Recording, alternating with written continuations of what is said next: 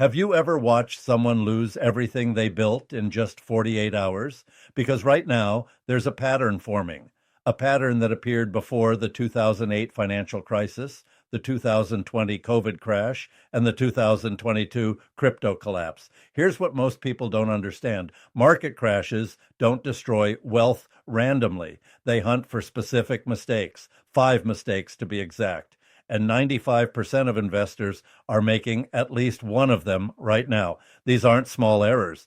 These are the kind that turn six-figure portfolios into nothing, that destroy decades of retirement savings. But every single one is completely avoidable. Stay until the end, because mistake number 5 is the one nobody talks about, but it's the deadliest. Leave a like, subscribe, and let's make sure you're not in that 95%.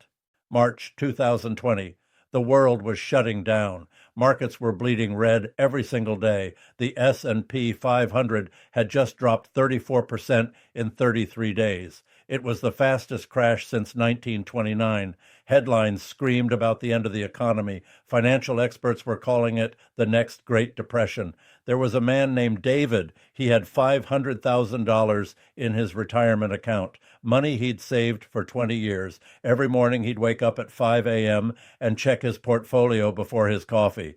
And every morning it was worse. Down $50,000, then $100,000, then $150,000. David would sit at his kitchen table, hands shaking, staring at those red numbers, and think the same thing everyone was thinking. I need to save what's left. That feeling, that panic, it's something we've all felt. Because here's the truth about human psychology. Losing $100 feels twice as painful as gaining $100 feels good. Scientists call it loss aversion. And during a crash, it doesn't just influence our decisions, it hijacks them completely.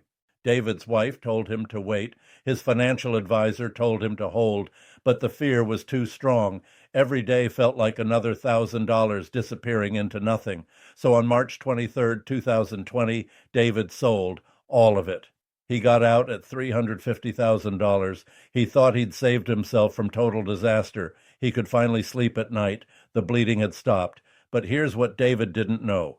March 23rd, 2020 was the exact bottom. The very next day, the market started climbing, and it didn't stop. The market was about to do something it had never done before, recover faster than any crash in history. By December 2020, just 9 months later, the S&P 500 wasn't just back, it was up, way up. If David had held his $500,000, it would have become $1,070,000 by the end of that year. That's a $570,000 gain. But instead, he locked in a $150,000 loss. He didn't lose money in the crash. He lost it by selling. And David wasn't alone. During March 2020, investors pulled $326 billion out of stock funds. $326 billion in panic money sold at the absolute worst moment. According to a Dalbar study, the average investor earned just 4.3% per year over a 20-year period, while the S&P 500 returned 11.3% annually. Why the massive gap? Panic selling, market timing, emotional decisions made in fear. Here's what makes this mistake so brutal. Every major crash in history has recovered, every single one. The 1929 crash took 15 years, but it recovered. The 2008 financial crisis took 5 years. And the 2020 COVID crash, it recovered in 6 months. The market doesn't care about your fear. It doesn't care that you're losing sleep. It just follows its pattern, down hard, then up harder. And the people who sell at the bottom miss the entire recovery. They lock in their losses and watch from the sidelines as their money could have doubled.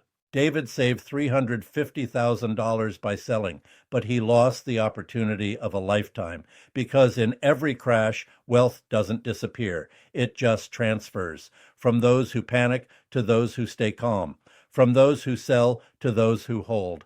But at least David still had some money left. Mistake number 2 is about people who lost everything. Let me tell you about the biggest wealth destruction event most people have never heard of.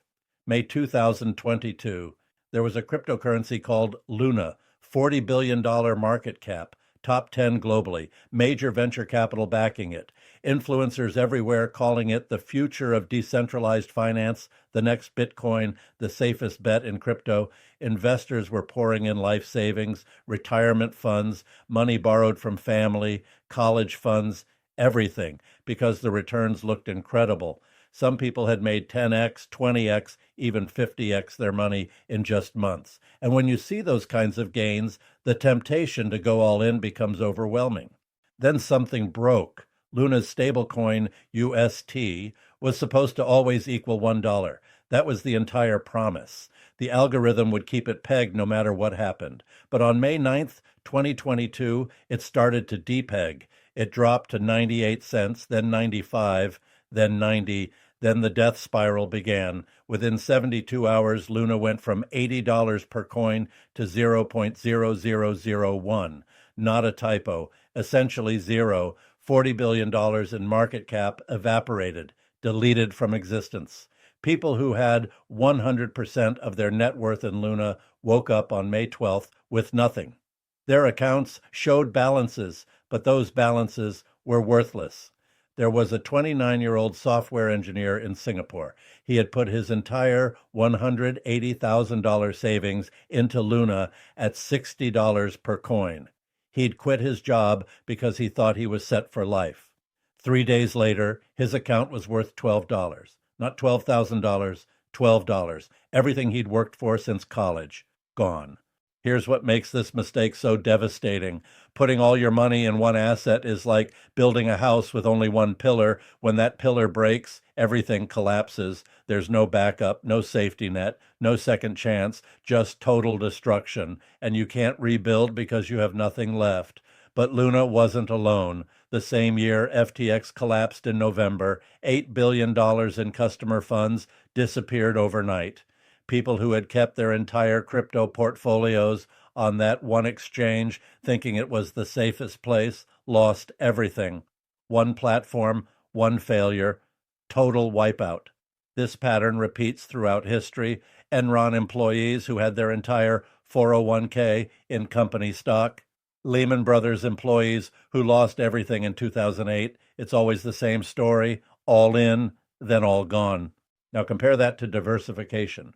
A portfolio that's 100% in stocks has about 20% volatility per year, meaning massive swings up and down. Your stomach churns every time you check it. But a simple 60-40 portfolio, 60% stocks and 40% bonds, drops that volatility to 12% per year. You cut your risk almost in half just by not putting everything in one basket. Smart money understands this. They spread risk across assets, sectors, geographies. They know any single investment can fail, but desperate money, greedy money, looking for that one big score, goes all in. One asset, one bet, one mistake. That's all it takes to destroy decades of work. Here's the painful truth. Concentration creates millionaires during bull markets. When everything's rising, having 100% in the hottest asset makes you rich fast. You look like a genius. But diversification is what keeps them millionaires during crashes. Because when that one asset fails, and it will eventually, you need something else holding you up. The difference between lasting wealth and complete poverty often comes down to this one decision: chase maximum gains, or protect what you have, rich for a moment, or wealthy for a lifetime. At least those people took their own risk. Mistake number 3 is about people who borrowed money they didn't have. There's a mistake so dangerous, it can turn millionaires into bankrupts in less than 48 hours. March 2021.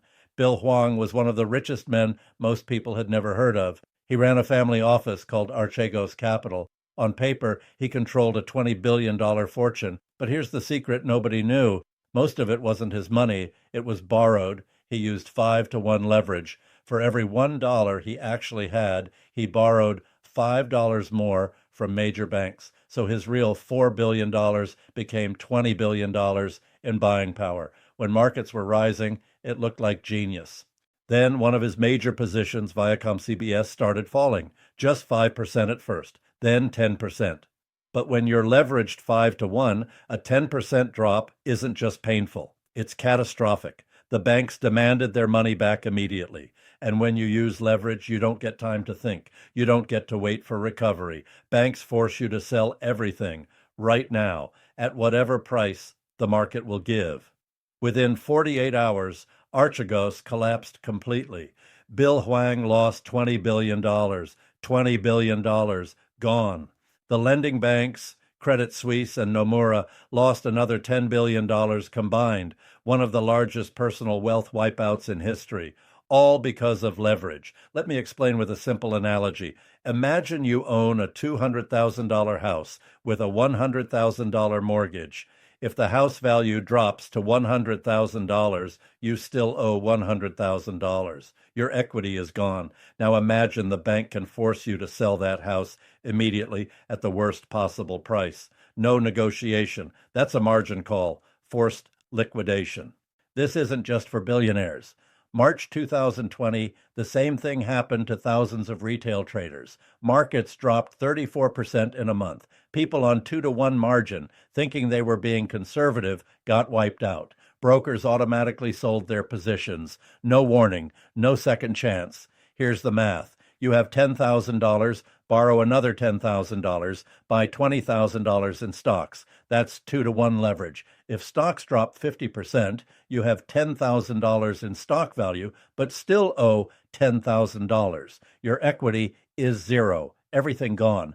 Worse, margin calls happen at the worst times, lowest prices, highest panic. You're forced to sell at the exact worst moment in history, and you can't argue with the computer. The system just liquidates you automatically. March 2020, margin debt hit $479 billion. Forced liquidations created a death spiral. Margin calls forced selling, pushing prices lower, triggering more calls, forcing more selling. If you were leveraged, you were trapped with no escape. Leverage is the only thing in finance that can turn a 50% market loss into a 100% personal wipeout. You don't just lose gains, you lose everything you started with. It's not speculation, it's math. Cold, brutal, unforgiving math. The promise of leverage is seductive. Double your money faster, triple it, make 10x returns. But what they don't tell you is it also doubles, triples, and 10x's your losses. And when losses hit, you don't get to decide when to sell. The system decides for you at the worst possible time, at the worst possible price. Leverage doesn't just amplify gains, it guarantees total wipeout when you're wrong. It's math, not speculation, but at least leverage is an obvious risk. Most people know borrowing money to invest is dangerous. Mistake number 4 is more subtle, and that's what makes it so dangerous. If you're finding this helpful, smash that like button and subscribe so you don't miss what comes next. Everyone wants to feel like they're on the inside, like they know something others don't, like they have access to information that could make them rich while everyone else stays blind. January 2021, Reddit was exploding with GameStop hype. The subreddit Wall Street Bets was flooded with screenshots of six-figure gains. People posting pictures of their accounts going from $5,000 to $500,000 in days. Diamond hands, they shouted. Hold the line. We're taking down the hedge funds. There was a 25-year-old named Jake. He worked at a tech company. One day his coworker showed him his Robinhood account. $50,000 profit in a single week from GameStop. Real money, real proof. Jake couldn't sleep that night. So the next morning, Jake took his entire $80,000 savings and bought GameStop at $340 per share. He watched it climb to $400, then $450, then $483. He was up $33,000 on paper. His hands were shaking. He'd never seen that much money in his life. But everyone on Reddit kept saying the same thing. Hold, don't sell. We're going to $1,000. We're going to the moon. If you sell now, you're helping the hedge funds. Diamond hands only. So Jake held. 2 weeks later, GameStop crashed to $40. Jake's $80,000 was now worth $7,000. He lost $73,000. His entire savings, everything he'd worked for since college, gone. Jake thought the same thing we all think when we see social proof. All these people can't be wrong. They have screenshots. They're making real money. They have proof. But here's what Jake didn't see. The people posting those gains had already sold. They got in at $20, sold at $300, and were posting their wins to pump the stock higher. By the time Jake saw those posts, he was already late. He was the exit liquidity. This is how pump and dump schemes work. Early insiders buy low. Then they flood social media with hype, screenshots, success stories. New people see the gains and pile in at high prices. Then the insiders sell everything to those new buyers and disappear. It's not new. It's one of the oldest scams in finance. And it's not just meme stocks. According to the SEC, investment scams cost Americans $4.6 billion in 2023 alone. Crypto pump and dumps on Twitter and Discord, fake investment gurus selling courses, influencers paid to promote garbage projects. It's everywhere. Here's the psychological trap. Social proof feels like financial proof. When you see 10,000 people saying the same thing, your brain assumes they must know something. But in markets, crowds are usually wrong at extremes. When everyone is buying, that's when you should be cautious. When everyone is selling, that's often the opportunity. Hot tips are designed to make one person rich, the person giving the tip. By the time you hear it, by the time it's trending on social media, by the time your coworker's talking about it, you're already too late. The smart money got in months ago. You're just providing their exit. Social proof versus financial proof. One feels real in the moment. The other actually is real when you look at the numbers. But there's one mistake, even worse than all of these combined. And it's the one nobody talks about, because it doesn't feel like a mistake until it's too late. This is the mistake that breaks people. Not because they made a bad investment, not because they timed the market wrong, but because life forced their hand. March 2020. Sarah was a marketing manager at a mid-sized company. She was doing everything right. She had $150,000 invested in a diversified stock portfolio. No credit card debt, no car payments. Everything looked solid. Then the pandemic hit. Her company started laying people off. And on March 27th, Sarah got the call. She was let go, effective immediately. She had $2,000 in her savings account. That's it. Rent was $1,800 per month. Groceries, utilities, car insurance, health insurance. The bills didn't stop just because her income did. So Sarah did what she had to do. She sold $30,000 worth of stocks at a 40% loss because she needed cash to survive, to eat, to keep a roof over her head. Those stocks she sold recovered within 8 months. If she had been able to hold them, she would have been up $45,000 by the end of the year. Instead, she locked in a $12,000 loss and missed the entire recovery. She didn't lose money because she made a bad investment. She lost it because she had no choice. But she forgot to prepare for the present. She forgot that life doesn't wait for bull markets to throw curveballs. Here's the brutal reality. 37% of Americans can't cover a $400 emergency expense without borrowing money or selling something. 50% don't have enough savings to cover 3 months of basic living expenses. During COVID, 22 million people lost their jobs in just 2 months. Millions were in Sarah's exact situation. An emergency fund is like an airbag in your car. You don't think about it when you're driving. You don't see it. It's just there in the background. But if you crash without one, it's too late to install it. The damage is already done. Here's what makes this the deadliest mistake of all. Without an emergency fund, you're forced to make every other mistake. When you lose your job and have no cash, you have to panic sell. That's mistake number one. You can't diversify because you need to liquidate everything. You might even borrow money on credit cards at 25% interest just to survive. That's mistake number three. An emergency fund isn't about preparing for the market crash. It's about not being forced to sell during the crash. It's the difference between surviving and thriving, between being able to hold your investments through the storm and being forced to abandon ship at the worst possible moment. The people who made money during the 2020 crash weren't smarter. They weren't better investors. They just had enough cash in the bank that they didn't have to sell. They could wait. They could hold, and some even had enough to buy more when everything was on sale. That's the real power of an emergency fund. It gives you options. It gives you time. It gives you the ability to make rational decisions instead of desperate ones. So now you know the 5 mistakes, but knowing isn't enough.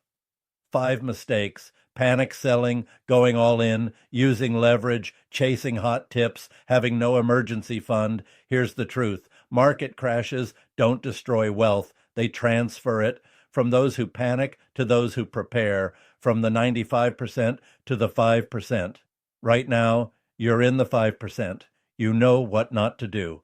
The next crash is coming. Nobody knows when, but you don't need to predict it. You just need to be ready for it. Market crashes are inevitable, but losing money in them is optional. Smash that subscribe button. Let me know in the comments which mistake surprised you most. Just a reminder, I'm not a financial advisor. This is for educational purposes only. Stay aware, stay prepared. See you in the next video.